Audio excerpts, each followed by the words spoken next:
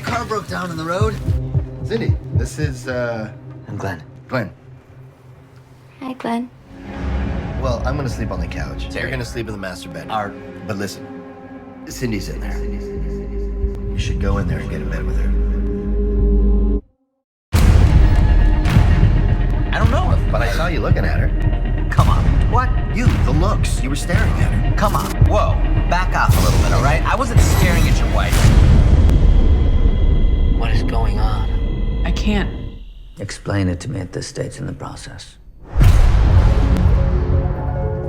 So today's session addresses the physical via the psychological. Cindy, do you recognize this man? He asked if we had a secret that no one else knew. How can I know what's real? I'm getting the craziest deja vu from this place. What else are you hiding from me? We are doing true good here, Shannon. Don't lose sight of that. I don't want to do this. Maybe we should get out of here. Take a walk or something. Get some fresh air. Oh my God. We need an ambulance really quickly. This is Field Unit 2. Move up with extraction.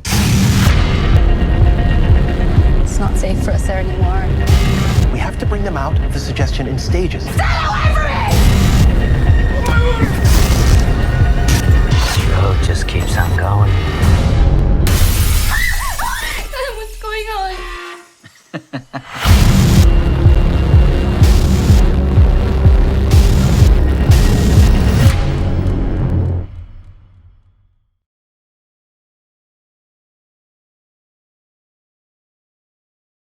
I've seen a lot of movies. Ultrasound has to be one of the most WTF is this type of movies. I mean that in the best of ways. With the script and the graphic novel, was that one of the big reasons why this project appealed to you? Because it just goes all over the place in a good way. It really has something to say about our society at large as well. Yeah, man. I love those type of stories, and with indie comics and graphic novels, you can kind of find all sorts of special things because they're DIY, kind of one creator, and Conor Sechshulte writes, draws, paints, colors. He's also an amazing printer. You know, he kind of does it all and made this really special book in his own way with kind of no boss. And those kind of stories are really exciting to me, and you find those in indie comics, and I thought this one would work as a movie. Going back to that first question, with Ultrasound, is one of the appeal regarding the narrative is that every single moviegoer, cinephile, can bring his or her interpretation of what the events are, what it means in relation to the themes, this sort of open canvas where people can really talk about it. Is that a really big draw for you regarding Ultrasound? It is. And, when we started, it was early 2016, prior to the presidential election. And since then, we've seen a lot of kind of interesting parallels, I think, to this story with political tampering and election tampering and kind of how we get information, misinformation. There's a lot of interesting things going on today. So I think there's a lot to talk about. And a lot of this story relates to us individually and personally in different ways.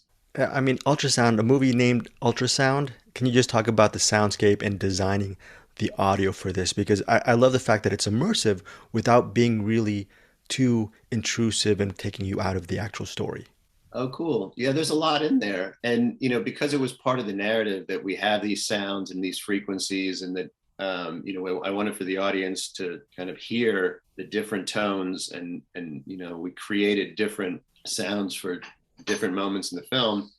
So early on, I kind of empowered the sound designer, Bob Burrito, to work closely with our composer, Zach Engel. I thought they did an amazing job, and together they were able to kind of blend score and sound design and these narrative cues, and it becomes a very rich tapestry. So I hope for people to watch this film with headphones on or a good system and really get to experience the whole thing, or in theaters.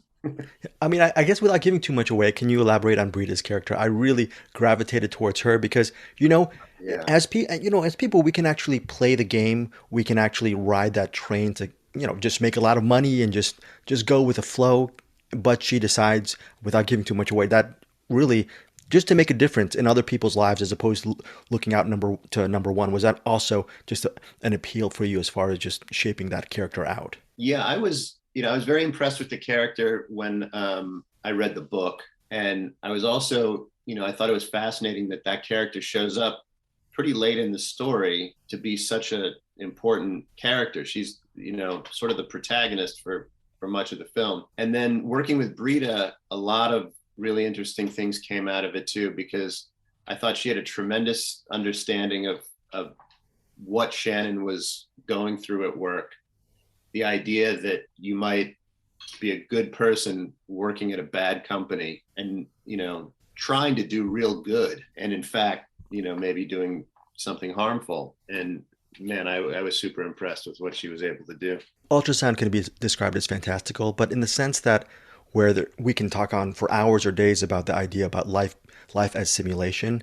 Can you just talk about the reality in many ways within ultrasound, how we believe we're parts of different communities and we're enclosed within that space, and ultimately we're actually not traveling that far from our own narrow-minded vision? Yeah, I mean, even prior to picking up this book, I had a real interest and kind of fascination with kind of free will and what choices we make in our lives and which ones are kind of made for us. I think I've seen it in my own life when maybe something traumatic happens or there's a tragedy and it shifts your reality. And I just related to that and the idea that what I experience to be real is not necessarily what's real or what I might experience to be real tomorrow. Final question, Rob. I'm just wondering about, can you name right off the top of your head one of your all-time favorite films? And what is it about this specific movie that still resonates with you today? Oh man, I've been talking to people a lot about what kind of influenced this movie, and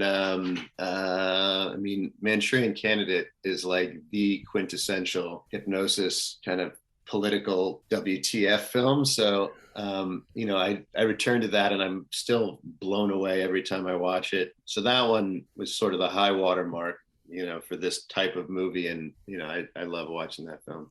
Just very quickly, I'm just wondering, are you being a cinephile? Are you a physical media collector? Do you see that technology just dying by the wayside?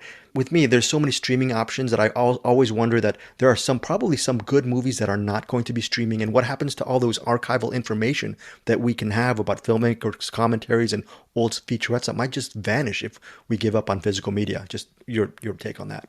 I'm a big fan of it. I mean, that's part of why I love going to the comic shop and picking up these graphic novels and artifacts. And I have a big collection of Blu-rays and DVDs. I've done some work, promotional work for the UCLA Film and Television Archive. And what they're doing is phenomenal, how they're able to restore these films. And I mean, it's a precious thing. And you're right. If we don't kind of take care, it'll be gone.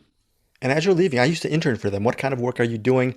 I love it. I'm a Bruin, so Oh wow! Ultrasound is the next Citizen Kane, so I love you. So, anyways, what are you doing with the Film and TV Archive? A couple times I've gone up to Phi Stoa, the facility where they do the restorations and hold the archive, and we shot promos that would play before their screenings to encourage, like, call to action to encourage people to donate and participate in supporting the Film and Television Archive. Seeing the facility is incredible and the work that they do, and to see the meticulous work it's so fascinating. I love it. Thank you so much for your time. Really enjoyed your film. Thank you, Greg.